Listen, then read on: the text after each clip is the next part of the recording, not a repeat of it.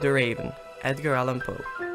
Once upon a midnight dreary, while I pondered, weak and weary, over many a quaint and curious volume of forgotten lore, while I nodded, nearly napping, suddenly there came a tapping, as of someone gently rapping at my chamber door.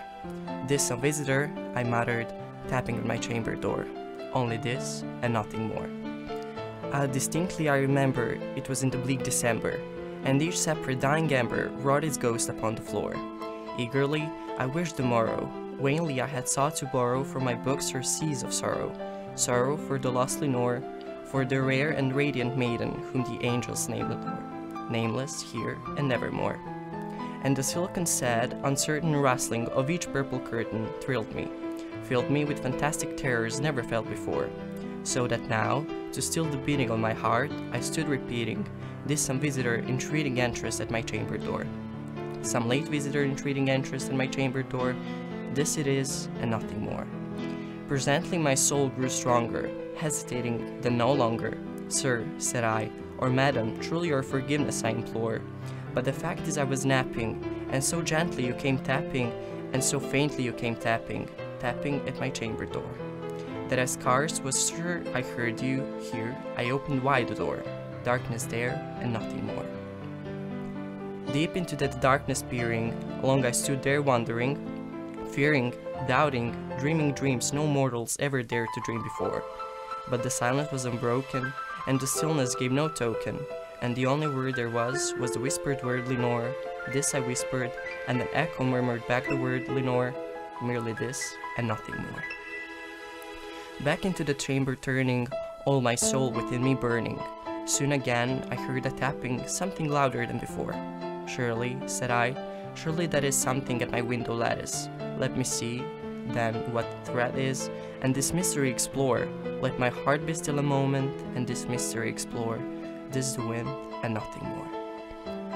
Open here I flung the shutter, when, with many a flirt and flatter, in there stepped a stately raven of the saintly days of yore. Not the least obeisance made he, not a minute stopped or stayed he, but with mien of lord or lady, perched above my chamber door, perched upon a bust of Pallas, just above my chamber door, perched and sat and nothing more. Then this ebony bird beguiling my sad fancy into smiling, by the grave and stern decorum of the countenance it wore. "Thou thy crest be shorn and shaven, thou," I said, "art sure no craven, ghastly grim, an ancient raven wandering from the nightly shore. Tell me that thy lord name is on the night's Plutonian shore." Quoth the raven, "Nevermore." Much I marveled this ungainly fowl to hear discourse so plainly, though its answer little meaning, little relevance bore. For we cannot help agreeing that no living human being ever yet was blessed with seeing bird above his chamber door, bird or beast upon the sculptured bust above his chamber door, with such name as Nevermore. But the raven, sitting lonely on that placid bust, spoke only that one word, as if his soul in that one word he did outpour. Nothing further than he uttered, not a feather than he fluttered, till I scarcely more than muttered, "Other friends have flown before, on the sorrow he will leave me, as my hopes have flown before." Then the bird said, "Nevermore." Startled at the stillness broken by reply so aptly spoken, "Doubtless," said I, "what it utters is its only stock and store, caught from some unhappy master whom unmerciful disaster followed fast and followed faster till his songs one burden bore, till the dirges of his hope that melancholy burden bore, of never, nevermore." But the raven still beguiling all my sad soul into smiling, straight I wheeled a cushioned seat in front of bird and bust and door. Then, upon the velvet sinking, I betook myself to linking, fancy onto fancy, thinking what this ominous bird of yore, what this grim, ungainly, ghastly, gaunt, and ominous bird of yore meant in croaking "Nevermore." This I sat engaged in guessing, but no syllable expressing to the fowl whose fiery eyes now burnt into my bosom score. This and more I sat divining, with my head at ease reclining, on the cushion's velvet lining that the lamplight gloated o'er, but whose velvet violet lining with the lamplight gloating o'er, she shall press, nevermore.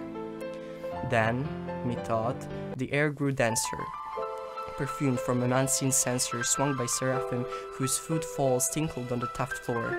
Wretch, I cry, thy God hath lent thee, by these angels be hath sent thee respite and nepent from thy memories of Lenore.